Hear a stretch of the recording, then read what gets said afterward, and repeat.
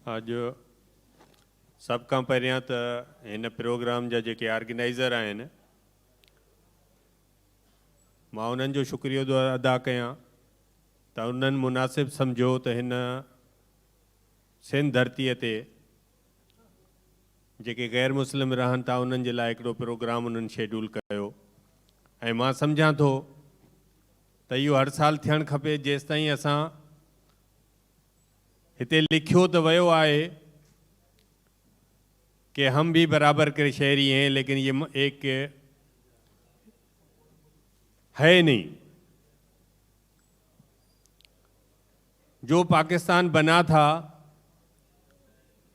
जो पाकिस्तान कायदे-ए-आज़म मोहम्मद अली जिन्ना ने बनाया था, वो पाकिस्तान आज नहीं है।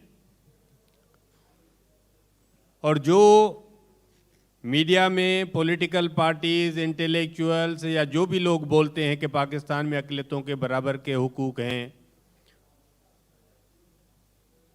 वो या तो चीज़ों को नहीं समझते या जानबूझ के बोलते हैं।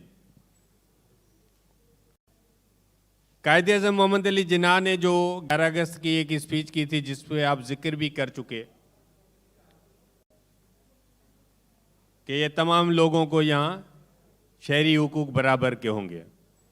और मज़े की बात है, न पाकिस्तान की किताबों में पढ़ाया जाता है, न मीडिया में बताया जाता है कि पाकिस्तान के बनाने में गैर मुसलमानों ने भी किरदार अदा किया था। ये कई लोगों को यहाँ बैठे हुए नहीं पता होगा। पाकिस्तान का जो पहला वजीर कानून था, किसी भी मुल्क का वजीर कानून बहुत अहमियत रखता है। और आज यहाँ जो भी खड़ा हो जाता है और हमारे सामने बोलता है कि पाकिस्तान का मतलब क्या, उनको ये पता ही नहीं है कि एक हिंदू कैसे इस्लामी कानून बना सकता है जिसको कायदे-ए-आज़म ने वजीर कानून बनाया था। जोगेंद्र नाथ मंडल को पहला वजीर कानून इस मुल्क का बनाया गया था मुल्क का। तो ये मुल्क इस्लामी नहीं बना था और इस पे मैं कहीं भी बहस करने के लिए तैयार हूं। ये मुल्क मुसलमानों के लिए जरूर बना था लेकिन इस्लामिक स्टेट नहीं बना था। जो जोगेंद्र नाथ मंडल जिसको वजीर कानून बनाया था कायदे-ए-आज़म मोहम्मद अली जिन्ना ने, वो उनका कोई जाती दोस्त नहीं था, वो पाकिस्तान का सपोर्टर था। उसने पाकिस्तान के लिए वोट किया था और जानबूझ के किया था। और जब पाकिस्तान बनने से पहले जॉइंट बंगाल था तो वहाँ जो हुकूमत बनी थी मुस्लिम लीग की, वो जोगेंद्र नाथ के मंडल के बगैर नहीं बन सकती थी क्योंकि उसके 22 पार्लियामेंटेरियन थे। तो जोगेंद्र नाथ मंडल जो है कायद मुस्लिम लीग को उस ज़माने में भी सपोर्ट कर चुका था और वो उनका अलाई था। तो इसलिए मुस्लिम लीग का वहाँ जो वज़ीर आला जो हुकूमत बनी थी ये जोगेंद्र नाथ मंडल की वजह से बनी थी। एक तो ये पाकिस्तान बनने से पहले जब पंजाब की असेंबली में बिल आया, रिजोल्यूशन जो सिंध में जीएम सैयद ने पास करवाया, वहाँ एसपी सिंघा क्रिश्चियन था जिसने रिजोल्यूशन पास करवाया। अगर वो क्रिश्चियन वोट नहीं देते थे तो वो रिजोल्यूशन पास नहीं हो सकता था। क्या उन क्रिश्चियनों का दिमाग खराब था कि इस्लामिक स्टेट वो बनाने जा रहे थे? नहीं, कायदे-ए-आज़म ने वायदा किया था, कायदे-ए-आज़म ने कमिटमेंट की थी कि यहाँ जो तमाम लोगों को, शहरियों को बराबर के हुकूक मिलेंगे। इसलिए एसपी सिंघा ने अपना वोट भी दिया, 3 वोट और क्रिश्चियनों के भी लेके दिए। अगर वो 4 वोट नहीं मिलते थे तो पंजाब असेंबली में रिजोल्यूशन पास हो ही नहीं सकता था पाकिस्तान का। तो ये सोचने की बात है। एक तो ये, इसके अलावा भी क्रिश्चियनों ने साइमन कमीशन जो बना था उसमें भी उन्होंने सपोर्ट किया था कि जहाँ जहाँ क्रिश्चियनों की आबादी ज़्यादा है वो उनको पाकिस्तान में शामिल किया जाए। तो उनका दिमाग ख़राब नहीं था कि वो इस्लामिक स्टेट के लिए क्रिश्चियन कोई बनाने जा रहे थे। तो ये तारीख में न बताया जाता है लोगों को, न पढ़ाया जाता है, न असेंबली में हमारे जो मेंबर जाते हैं वो पढ़ के भी नहीं जाते। जो अच्छा वकील तो तब बन सकता है जब उसको सब पता हो, तभी वो लड़ सकता है कि मैं यहाँ बराबर का शहरी हूँ। मैंने अपने बाप से एक दफ़ा पूछा था कि आप हिंदुस्तान क्यों नहीं गए, क्योंकि मेरा एक चाचा इंडिया गया है, उसकी डेथ भी वहीं हो गई, लेकिन मेरा बाप नहीं गया। तो मैंने बोला, उसने बताया कि मैंने अपने बाप से पूछा था, उन्होंने बोला कि कायदे-ए-आज़म ने जो स्पीच की है कि हम आपको बराबरी देंगे तो हम इसलिए नहीं गए। लेकिन यहाँ पाकिस्तान में बददयांती की गई कायदे आज़म के इंतकाल के बाद कि उनके जो कमिटमेंट की थी गैर मुसलमानों के साथ, उस कमिटमेंट से बाकी जो हुकूमतें वो हट गई। और जब हम पढ़ते हैं 25% हिंदू थे यहाँ 47 में, आज हम 3% भी नहीं है। 25% हिंदू रहता था यहाँ सिंध में, तो हमें बराबरी होती तो हम तो बढ़ते रहते ना। हिंदुस्तान में आज भी मुसलमान, थुपू भी मैं स्टेटमेंट पढ़ के आया हूँ, उवैस जो वहाँ पार्लियामेंटेरियन है वो बोल रहा है कि पाकिस्तानी मुसलमान हमारी फिक्र नहीं करें। अभी मैं सुबह को पढ़ के आया हूँ, उसने स्पीच की है वहाँ जलसे में कि वहाँ मुसलमान अपना हक ले रहा है। लेकिन यहाँ पाकिस्तान में आईन में हमें वो मजे की बात, जो जमहूरी पार्टियां हैं जो हमें बोलती हैं कि हम तो आपके दोस्त हैं, पीपल्स पार्टी जो बोलती है हम आपकी दोस्त हैं। कैसे दोस्त हो? 73 में पाबंदी क्यों लगाई कि डॉक्टर जयपाल के सदर होने से कौन सा पाकिस्तान को नुकसान हो जाएगा? और जब वो भी हम हो ही नहीं सकते, क्योंकि आरिफ अलवी तब बनाए जब उसने वोट लिया असेंबली में। जब हमारे वोट ही नहीं है, हम 5% वोट पे बन ही नहीं सकते, तो लिखने की क्या जरूरत है आपको? तो ये पहली 73 में लिखा गया।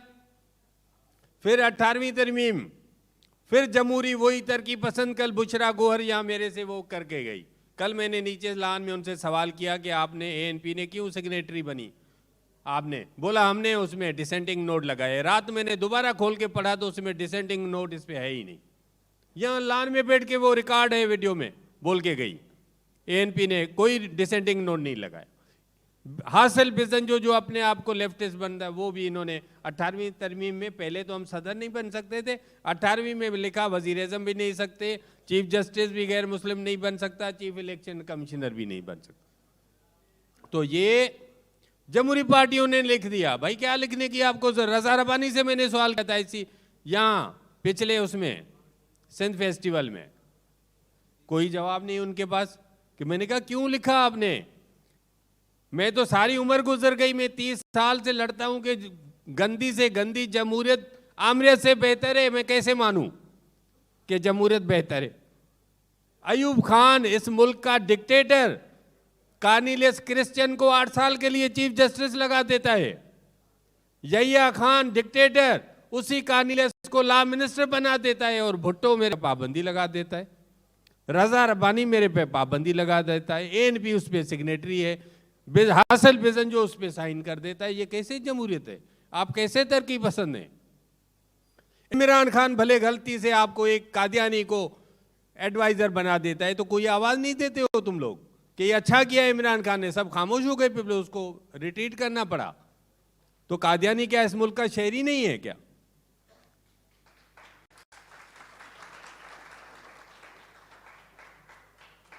अब्दुल सलाम जो नोबेल लॉरिएट है, वो साइंस का एडवाइजर था भुट्टो का, लेकिन 74 में वो छोड़ के गया। 73 आइन के बनने के बाद जब उनको 2 नंबर का शहरी किया गया, वो मुल्क छोड़ गया। हमारे लोग इसलिए छोड़ गए। हमने ये पढ़ा है, हमें तरबियत मिली है। रामायण में रामचंद्र ने जब रावण को मारा, श्रीलंका फतह की, तो उसने बोला हम यहीं रहते हैं। उस छोटे भाई ने उसने बोला, उसका जो लक्ष्मण ने बोला ये आवाज अच्छी है, हम अपने धरती पे वापस नहीं चलते, अब श्रीलंका में रहते हैं। लेकिन रामचंद्र ने बोला नहीं, जननी और जन्मभूमि स्वर्ग से भी ज्यादा अच्छी है, वो हमें प्यारी होती है। एक माँ जो पैदा करती है और एक धरती। तो हम इस धरती के वारस हैं। लेकिन यह बदकिस्मती है कि जो हमारा पार्लियामेंट में लोग जाते हैं वो पढ़ के नहीं जाते और वो बोलते नहीं। 18वीं तरमीम में एक क्या मर गए थे पार्लियामेंटेरियन गैर मुस्लिम, 18वीं तरमीम के टाइम में मौजूद थे, लेकिन एक भी असेंबली मेंबर ने आवाज नहीं उठाई कि यार ये क्यों लिख रहे हो। मैंने यहाँ जमात इस्लामी के जलसे में लियाकत बलोच के साथ बैठ के, कराची में सलीम माइकल बैठे थे, मैंने वहाँ बोला कि आप लोग जमात इस्लामी वाले आवाज़ करो कि ये लिखा क्यों है आप लोग जब हम बन ही नहीं सकते, आप शर्म, सारी दुनिया आप पे क्रिटिसाइज करती है, इसको निकालो। उस लियाकत बलोच को पता नहीं था, मेरे से पूछ रहा था ये जोगेंद्र नाथ मंडल का नाम जो लिया ये कौन था। तो इसलिए हम लोगों को, गैर मुस्लिमों को अपने हक के लिए लड़ना पड़ेगा। जो पार्लियामेंट में बैठे हुए हैं वो तैयारी करके जाएं, पढ़ के जाएं, वो मेहरबानी नहीं करें, अपनी असलियत दिखाएं। और जो ये अल्लामा इकबाल ने इसलिए बोला था, खुद ही को कर बुलंद इतना कि हर तकदीर से पहले खुदा बंदे से खुद पूछे बता तेरी रज़ा क्या है। तो हमें भी लड़ना पड़ेगा, तभी हमें इस मुल्क में हक मिलेगा। डॉक्टर साहब काफ़ी डिटेल में सॼी जेका सिचुएशन आहे ऐं मज़हबी अक़लियतनि जी पाकिस्तान में उनजो ज़िक्र कयो आहे। सिंध सूफ़ियुनि जी सरज़मीन आहे, असांजा रवैया, असांजा पाण में ताल्लुक़ इंतिहाई मज़बूत आहिनि, तंहिंमें मज़हब सेकेंडरी रहियो आहे। पर जीअं त सिंध पाकिस्तान जो हिसो आहे ऐं उहो पाकिस्तान जंहिंजी रियासत खे पंहिंजो मज़हब आहे, ऐं दुनिया में जेके तजर्बा ॿुधाइनि था त जिते रियासत जो मज़हब आहे उते हिन क़िस्म जा तज़ाद, हिन क़िस्म जी नफ़रत, इंतिहा पसंदी वधण जा तमामु घणा चांसिस हूंदा आहिनि।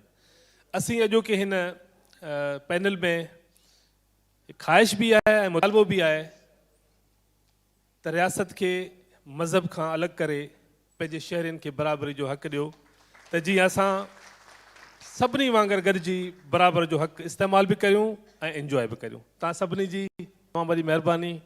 टाइम पूरो थी चुको आहे ऐं आख़िरी में आउं डॉक्टर साहब खे गुज़ारिश कंदुसि, उन जी हिकिड़ी पुराणी आज़ादु नज़म आहे उहो पढ़े त असां पंहिंजो सेशन पूरो कयूं। बस 2 मिनटनि में आऊं हिकिड़ी नज़म आहे। जब मैं छोटा था तो मेरे बाप ने पूछा बेटे तुम क्या बनोगे।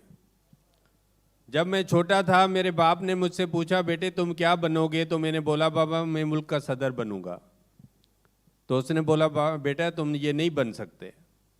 तो मैंने बोला बाबा फिर मैं वज़ीर आज़म बनूंगा। उसने बोला ये तुम नहीं बन सकते। तो मैंने बोला बाबा फिर मैं चीफ ऑफ आर्मी स्टाफ बनूंगा और मुल्क की हिफाजत करूंगा। उसने बोला ये तुम नहीं बन सकते। तो मैंने बोला बाबा फिर मैं कोई गवर्नर बन जाऊंगा, अपने सूबे की खिदमत करूंगा। तो उसने बोला तुम ये नहीं बन सकते। मैंने बोला वज़ीर आला बनूंगा। उसने बोला ये भी बेटा तुम नहीं बन सकते। तो मैंने बोला बाबा मैं क्यों नहीं बन सकता। तो बोला बेटा तुम अब छोटे हो, जब बड़े हो जाओगे तो तुम्हें समझ में आएगा कि तुम क्यों नहीं बन सकते।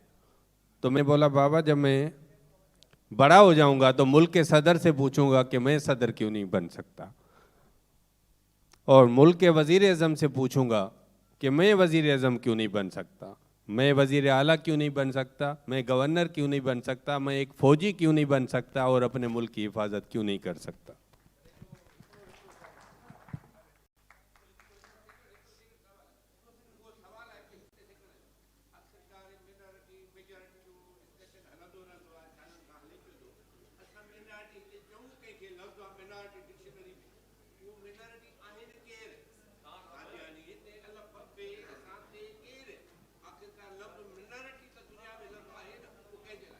अच्छा इन में इहो आहे त मुंहिंजी जेका तव्हांजी हिकिड़ी रिलीजियस माइनॉरिटी त असां हिन में आहियूं, मज़हबी अक़लियत, लेकिन एज़ अ कल्चर असां माइनॉरिटी न आहियूं। एज़ अ कल्चर मां सिंधी आहियां ऐं मां हिते सिंध में मेजॉरिटी में आहियां।